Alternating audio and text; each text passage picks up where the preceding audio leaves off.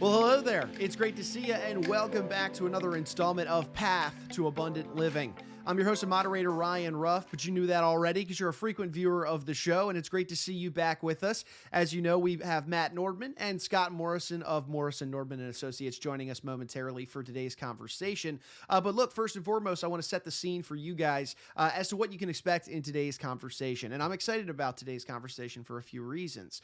We're diving into really the 5 big mistakes that affluent homeowners are making today. Now, these are mistakes that range from a wide variety of different topics and categories throughout, the umbrella that is owning a home and all that comes with it. But what's really interesting about this conversation today is that Matt and Scott are having these types of conversations with their clients on a regular basis. And while, yes, this conversation is geared more towards a property and casualty insurance conversation, they work with that network of professionals and who then work in tandem with Matt and Scott to help make sure that all the all the pieces of the puzzle are in the right place for their given clients to make sure that these mistakes aren't happening on a regular basis. So I'm excited to bring Matt and Scott on to get that conversation going and really dive in and unpack what these 5 key mistakes are that affluent homeowners are making today. So let's go ahead and bring the guys out and get our conversation going. Scott, Matt, good to see you guys. How are we doing this morning? Good morning, Ryan. Good to see you. You too, Hey. Scott. Always good to see you guys. Always look forward to our conversations when we get together. And boy, do we have a good one today. And I think a good place for us to really think about it and get started is just thinking about this. And that's affluent families and individuals. They often have a lot of things on their plate, right, guys? You know this. I know this. Anybody knows it. And that means that they can often easily overlook issues that are tied to one of their largest assets being their home. So, of course, you can also look at our homes as being that item of important financial security for ourselves, as well as a personal sense of stability. So with everything going on in our world right now, the last thing you want to be making mistakes with is your home. So today we're going to dive into what these mistakes are. But Matt, let me throw you this first question today. Let's start by talking about why it makes sense for homeowners to just do a financial checkup of sorts on their homes. Why do you feel that that's important these days? Well, Ryan, you mentioned it. One of the things that, and it's easy to do for affluent families, is to overlook one of their largest assets. It's your home. And so in some cases, these issues just get overlooked. You get overwhelmed with everything else going on in your life, and it's easy for it to get overlooked. And so the problem stems from not properly assessing, how much coverage do you actually need? And so do you have the proper amount of coverage? And so if you don't, so whose fault is that? Is that your fault? Is it potentially the property and casualty agent with whom you work? In the long run, regardless, it doesn't matter who's at fault. In the event that something bad were to happen, you will end up the loser if you aren't properly covered. Yeah, I mean, it's not a matter of pointing fingers here in this situation because you're going to be the person that kind of has to carry the weight of that mistake. So at the end of the day, we got to, whoever it is involved in those conversations need to at least be having the conversations in the first place to mitigate having those mistakes. So Scott, I'll throw this next one to you. Let's dive into it. What would you say, Scott, are the 5 most prevalent, the most significant mistakes that you guys are seeing affluent families make these days when it comes to, home ownership and whatnot? Well, number one is obviously failing to have enough liability insurance in the first place. Failing to ensure that we have cohesive coverage on potentially multiple homes. With wealthier folks, they may have more than one home to insure, and so if they've incorporated a couple of different agents, it might not be as cohesive a coverage as it should be in that kind of a situation. The other thing would be many times the affluent have their homes owned by LLCs or by trusts. And so if you fail to name the trusts or the LLC as an insured on the policy, that can lead to problems as well. The fourth thing would probably be failing to address, or should I say adequately address, the unique features in your home. You might have a historical home that has some very intricate type of woodwork. It might have an example would be in somebody in Florida has got some sort of cypress wood that's no longer even being used in construction. It would be very rare to find. You might want to make sure that kind of thing is disclosed on your policy, because otherwise it might not be covered. And then lastly, would be failing to provide any proper coverage for high value assets. Over the course of a long lifetime, you may have had some collectibles, you may have bought some things since the last time you had your insurance reviewed or even established, and you may have inherited some things along the way. Some of those items may have appreciated over many years, and you haven't taken that into account. So that would probably be the 5 things that jump out at us the most. Well, there you have it. I mean, the 5 biggest mistakes that homeowners and affluent families are making today. And boy, there's a conversation for each one of those. And I want to dive into that. So first one that Scott just mentioned was this idea of not having enough liability insurance. Matt, what do you see are the biggest, most concerning issues on this front overall? So the biggest one that we see a lot is, first and foremost, do you have an umbrella policy? And if the answer is yes, is it enough? And so a lot of times we will see people who, when looking at their entire situation, they don't have enough liability coverage, that umbrella policy. And so for example, an umbrella policy, again, can be the most cost-effective and least expensive form of asset protection. So for example, let's say you've done well, Ryan, you and your family, and you're worth north of $10 million. And in that situation, with everything that's gone on, the way that your assets are positioned, that it's determined that about $6.5 million is actually at risk if there's some sort of a potential lawsuit against you or a family member. Well, you have $1 million umbrella policy, which is very common to see, is $1 million policy. Well, if you have $6.5 million that's at risk, well, and $1 million of coverage, well, guess what? You have a $5.5 million of your net worth that potentially is at risk in the event something were to happen. And so the idea then is to contact your team, your advisors, and determine, okay, what, if anything, should be done to protect that additional $5.5 million. And that's where bringing your team in and making sure everyone is collaborating for you and your family to make sure everything is protected, because you've worked really hard for it. So you don't want to see it unjustly taken from you. Sure. I mean, makes sense to me. But let me ask you this then, guys. And Scott, maybe I'll toss this one over to you. How would somebody be able to tell if they even have a lack of adequate coverage in the first place? Like, are there any signs maybe they should be looking out for on this front? Well, I think there's a couple of tips. The first one being to determine the amount of assets that could be attached in a lawsuit. It would be almost a good exercise to kind of go through the hypothetical idea of suing yourself and seeing what would you go after in that particular case to kind of identify those things that you would most like to protect.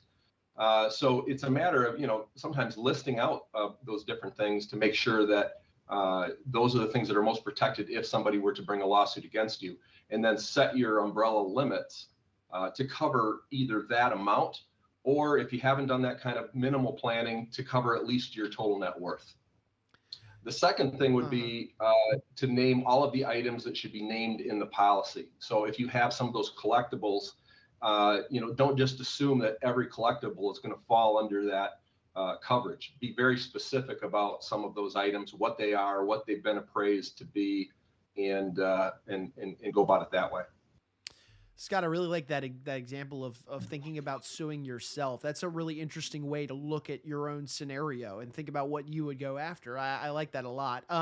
Guys, one of the other mistakes, though, that was mentioned is this idea of the families that might have more than one home. And I feel like there's some mistakes that definitely can be, factoring into this overarching mistake if you look at it a little more closely. So Matt, let's shift gears a little bit. Let's discuss those families here, maybe those that have more than one home. What are some of the big insurance related pitfalls you are seeing on this front? Well, in Michigan, it's very common. We see a lot of people, what they do is they'll have their primary residence, because you love Michigan summer, even though it's so short. And then you might have a place up north, and then you might have a place down south in Florida. While you love snow and cold, you might say, okay, I want to get out of it a little bit. And so you pick up a home down there, and then you say, well, you know what? I do like to ski, and maybe you get a place out west in Colorado. And so if you don't, what you should do is make sure your property and casualty agent, the one that you work with, understands all the homes that you have. And so a problem that we'll see sometimes is someone will head down south and they'll pick up that home and they'll work with the real estate agent might say, hey, you know what? We have someone local that can help you with your coverage here. And you fail to then come back to the agent or your team and say, hey, you know what? I did this. Is this covered under my current umbrella policy? And if you haven't named one of those homes under your umbrella policy, that won't be covered in the event that something happens. And so that's, again, making sure that your team understands all the issues that are going on and all these different properties that you have all over so that everything is covered and protected. Sure, makes sense. And Scott, another one of those mistakes that you had mentioned was failing to list trusts or even LLCs on a homeowner's insurance policy. I feel like this is a big one that is probably often overlooked because it's certainly not something I would have thought of. So why would you say that this is a potentially risky mistake, and what could it mean for homeowners who fall victim to that mistake? Well, I think the easiest way to imagine how this could happen is when you're younger and you've bought your first home, you don't typically have a trust. You don't have the assets or the estate planning requirements that would require a trust or an LLC. It's not until you've experienced some of that success in your life that you start to have that kind of planning. And so if you don't go back and catch up with some of the insurance work, you might find yourself in a situation where your home is still listed under you individually, when in fact your home is owned by the trust, which if that's not corrected, leaves that home at risk to anybody who wants to create a lawsuit against your assets, and that home in your name would be one of them. So that's certainly an important thing that we need to do. Failing to do this can be a costly mistake if someone were to sue you. For example, if somebody got injured while they're working on your home, maybe you've got somebody who's putting on a new roof and they're injured, then having that home in an LLC protected away from that potential lawsuit is critical. So very important that trusts and LLCs are named as an insured on the policy. Roger that. Scott, you had also mentioned the issue that stems from maybe a home having some unique architecture. So let's dive into this one a little bit. I feel like this is one that you might see among some of the affluent clients that you guys have. Matt, what do you see on this front? Could you elaborate that is a little for us on this idea of maybe a home having unique architecture or construction materials? Talk to me a little bit about this. Yeah, you touched on it and Scott did as well. So you see a lot of times where maybe it's the forever home that people will build or they buy and renovate, and they use some very expensive or unique items in it. And whether it's, the marble or the plaster accents, or as Scott mentioned, in Florida, the pesky cypress is what it's called. And again, that's a wood that's used in Florida because it's durability and because it's termites can't get into it. And so what you'll see is whether it's those kinds of things or on another home, if you don't have those covered specifically in that policy, what we have seen is there was a couple that bought a home in Florida, renovated it, and didn't factor in all these, expensive building materials and what the replacement cost would be for those. And those weren't specifically itemized on that policy. And so unfortunately, during the kitchen and bath renovation, there was a fire that damaged a significant portion of the home. But because that pesky cypress wasn't covered in the marble and the plaster accents, the couple had a significant out-of-pocket expense. And so that's where you want to make sure if you have any of those unique features, whether it's the architecture that you were mentioning, Ryan, or that pesky cypress wood or anything similar, that make sure that those items are specifically covered in your policy. Mm-hmm.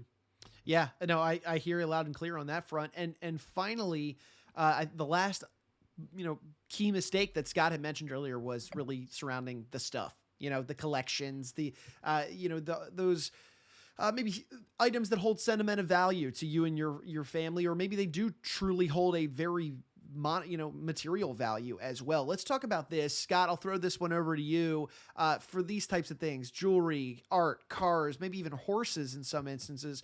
What mistakes are you seeing families make when it comes to maybe not insuring the stuff? Well, I think when when they first secure that coverage and they come up with that personal property coverage amount, they don't think as far as, identifying those specific things. They just kind of, unfortunately, figure that each of those falls under the personal property coverage automatically. And oftentimes they won't. So it's one of those things where, again, if you didn't have these things when you first took out the coverage, then the agent doesn't even know they are to be insured. So there's some communication responsibility between you and the agent as your life changes, or especially if there's a couple of agents involved. If you've bought a few homes and use different agents and they don't know what the other homes contain, you may have some pretty disjointed coverage in that regard, and not be protected in terms of some of these collectibles. Obviously, we talk about things that you buy over time that have appreciated over time, those heirlooms. You just don't know. I think back personally, for my children, when we bought all this American Girl stuff, I had no clue what that was going to mean 25 years down the road. And lo and behold, we have one particular doll that's a collectible, and it wasn't something that I knew of until my wife brought it up, and then we said, wow, this is maybe something that, just one little example of how you might need to insure that separately. And so it's a matter of kind of doing an inventory every now and then and looking at each of those items and knowing that they need to be appraised every now and then, and they need to be insured individually without a deductible. There you go. So guys, we've thrown a lot at our audience in terms of these 5 key mistakes. And I'm sure on the negative side, when those mistakes are made, there are horror stories that can come out of it. Stuff that's maybe even tough to recover from, given Matt had mentioned a big out-of-pocket cost to a family with the pesky cypress that wasn't able to be salvaged. So these are some things that need to be avoided. It's not a matter of can they be avoided. They need to be avoided because we all can't predict the future. Things are going to happen that are out of our control. But boy, is it nice to be, have some peace of mind around these things. So given all of these 5 core mistakes that you guys are seeing affluent families make on a regular basis, given these, Matt, what would you say would be some next steps for our audience, those homeowners, in terms of taking, some action given these risks? What would you say are the next steps for them? Well, so Ryan, you covered it. We've been covering it. It's easy to be underinsured, and this can get pushed to the back burner like we were talking about. And so the odds of needing the insurance are relatively low. So again, it's not top of mind, but you want to make sure that you understand all the risks to you and your family and your net worth and your financial security. And so first step is get your team together. And if you don't have a team, get a team, or go to your property and casualty agent with whom you work and really lay out your entire picture and make sure they ask a lot of good questions. And that's the first step to making sure that you're properly protected. So let me ask you this then, guys. What could a wealth manager, an advisor, do to ultimately help those homeowners, see if they even need, enhanced insurance coverage, or if they're really okay in the first place? What would be that role, and what does that look like? Scott, maybe I'll toss this one to you. What does that look like? Well, a few episodes ago, we talked about the importance of doing a financial stress test. We could take that a step further and do kind of a sub-stress test when it comes to home insurance. So again, posing a lot of different hypotheticals about what would happen if I were sued, what would happen if we had a fire, what would happen in the event of a natural disaster. All of those different hypotheticals, what could be the potential outcomes, and where are the gaps that have been exposed in doing that stress test, so that we can explore that kind of thing. Stress tests are conducted by some of the wealthiest people in the world, but they're not exclusive to them. So anyone who has current property and casualty coverage can see their expert, or as Matt alluded to, see their team, or somebody who's going to act as the facilitator of that team to kind of go through that stress test and identify where are those potential risks, and where can we eliminate some of these 5 big mistakes. Sure. And Matt, do you have anything that you want to add on to that? Yeah. So the one question that we would ask, Ryan, is so you're sitting down and you're wondering, the question to ask yourself in the event that you or a family member are in some sort of an accident, and especially if you are at fault or the family member is at fault in this accident, are you properly protected? Do you have enough coverage? That's first and foremost what we would say is the thing to look at and ask yourself that question. Roger that. Well, guys, look, really appreciate you carving out some time out of your day to dive through these 5 key mistakes, because while I'm sure our audience probably could have guessed a few of them, there were some that I think went right over my head, or at least I never would have anticipated. Specifically, the idea of listing trusts or LLCs on a homeowner's insurance policy. And then, of course, the stuff. You never think about that heirloom or that relic. Oh, it's always been in the family. It'll always be in the family. You don't think about actually maybe taking those next steps to ensure the value behind that. So I think it's a really beneficial conversation that we had for our audience today. And I appreciate you guys, like I said, carving out that time to be with us and to kind of share your thoughts and really the types of conversations that you guys are having with your clients. So thank you for that. Appreciate you guys. Hey, it's great to be here, Ryan. Alrighty, awesome. Well, hey guys, we'll let you go, and hey, we'll also let you go. Our audience, we appreciate you guys jumping aboard, being with us for the conversation today. As always, if you enjoyed the conversation, you felt like you got something out of it, do us a favor, comment on the show, subscribe to it on whichever channel or platform you're checking us out on, and then of course, share this information with friends and family, business owners, anybody that you think would really benefit from these conversations, because at the end of the day, these conversations are meant for you. These are, tips, strategies, suggestions that could help bolster your own financial well-being and really put you on that path to abundant living. So for Matt and Scott, I'm Ryan Ruff. I'm going to say so long today, and we thank you so much once more for jumping aboard with us on today's edition of Path to Abundant Living.